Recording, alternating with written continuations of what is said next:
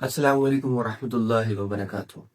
آج کی یہ ویڈیو نہ کسی بحث کے لیے ہے نہ کسی اختلاف کے لیے، بلکہ ہم بات کر رہے ہیں ایک ایسی خاموش حقیقت پر جس نے بہت سے لوگوں کو سوچنے پر مجبور کر دیا ہے۔ حضرت پیر ذوالفقار احمد نقشبندی اور ان سے متعلق وہ باتیں جو انٹرنیٹ پر گردش کر رہی ہیں۔ یہ ویڈیو نہ شور کے لیے ہے نہ سنسنی کے لیے، بلکہ صرف ادب، حقیقت اور دعا کے لیے ہے۔ ایک سوال جو اس وقت بہت سے لوگوں کے دلوں میں ہے وہ یہ کہ اگر یہ شخصیت نہ ٹی وی شوز میں نظر آتی تھی، نہ میڈیا کی سرخیوں میں رہتی تھی اور نہ شہرت کے پیچھے دوڑتی تھی، تو پھر اچانک اتنے سوالات کیوں اٹھنے لگے؟ لوگ تلاش کیوں کرنے لگے اور بار بار یہی جملہ کیوں سنائی دے رہا ہے کہ یہ سب اچانک کیسے ہو گیا؟ عام طور پر جب کوئی بڑی شخصیت دنیا سے رخصت ہوتی ہے تو میڈیا پر شور مچ جاتا ہے، بریکنگ نیوز، سرخیاں اور بحثیں شروع ہو جاتی ہیں۔ لیکن یہاں منظر مختلف ہے۔ یہاں میڈیا خاموش ہے اور لوگوں کے دل بول رہے ہیں، اور شاید یہی خاموشی سب سے بڑا پیغام ہے۔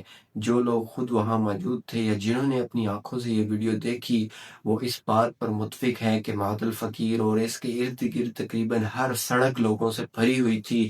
یہ ہجوم کسی ایک جگہ تک محدود نہیں تھا، بلکہ دور دور تک لوگ ہی لوگ نظر آتے تھے۔ معدل فقیر خود ایک بہت بڑا مدرسہ ہے، لیکن اس دن صرف مدرسے کے صحن ہی نہیں بلکہ اس کے باہر کے راستے، گرد و نواح کی سڑکیں اور اطراف کا پورا علاقہ لوگوں سے بھرا ہوا تھا۔ اتنا رش تھا کہ بہت سے افراد جنازے کی نماز سڑکوں پر کھڑے ہو کر ادا کرتے نظر آئے۔ اور ایک حقیقت یہ بھی ہے کہ بہت سے لوگ صرف ہجوم کی وجہ سے جنازے میں شامل نہ ہو سکے۔ وہ آئے تھے مگر جگہ نہ ملی، وہ موجود تھے مگر صف تک نہ پہنچ سکے۔ اور یہی وہ لمحہ تھا جو یہ بتا رہا تھا کہ یہ ہجوم کسی اعلان کا نتیجہ نہیں تھا، بلکہ دلوں کا کھنچاؤ تھا۔ وہاں موجود لوگوں کے مطابق بھارت سے بھی بزرگ خاص طور پر جنازے میں شرکت کے لیے آئے۔ یہ کوئی عام بات نہیں ہے، بہت بڑی بات ہے۔ حضرت پیر ذوالفقار احمد نقشبندی ان لوگوں میں سے تھے جو اپنی پہچان خود نہیں بناتے تھے۔ ان کا طریقہ بہت سادہ تھا: اپنی اصلاح کرو، اپنی کمزوری پہچانو اور اللہ سے خاموش تعلق قائم کرو۔ نہ دعوے، نہ شہرت کی خواہش، نہ پیروکاروں کی گنتی، بس ایک ہی بات کہ دین کو اپنی زندگی بنا لو۔ یہ بھی ایک حقیقت ہے کہ بہت سے لوگ انہیں ان کی زندگی میں بھی مکمل طور پر نہیں سمجھ پائے۔ کسی نے صرف پیر کا لیبل لگا دیا، کسی نے چند کلپس دیکھ کر رائے قائم کر لی اور کسی نے سنی سنائی باتوں پر یقین کر لیا۔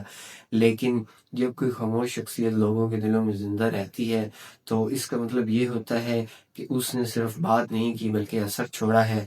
اب ایک سوال ہم سب کے لیے ہے کہ کیا ہم بزرگوں کو صرف ان کے نام سے یاد رکھتے ہیں یا ان کی بات کو بھی اپنی زندگی میں بھی لاتے ہیں؟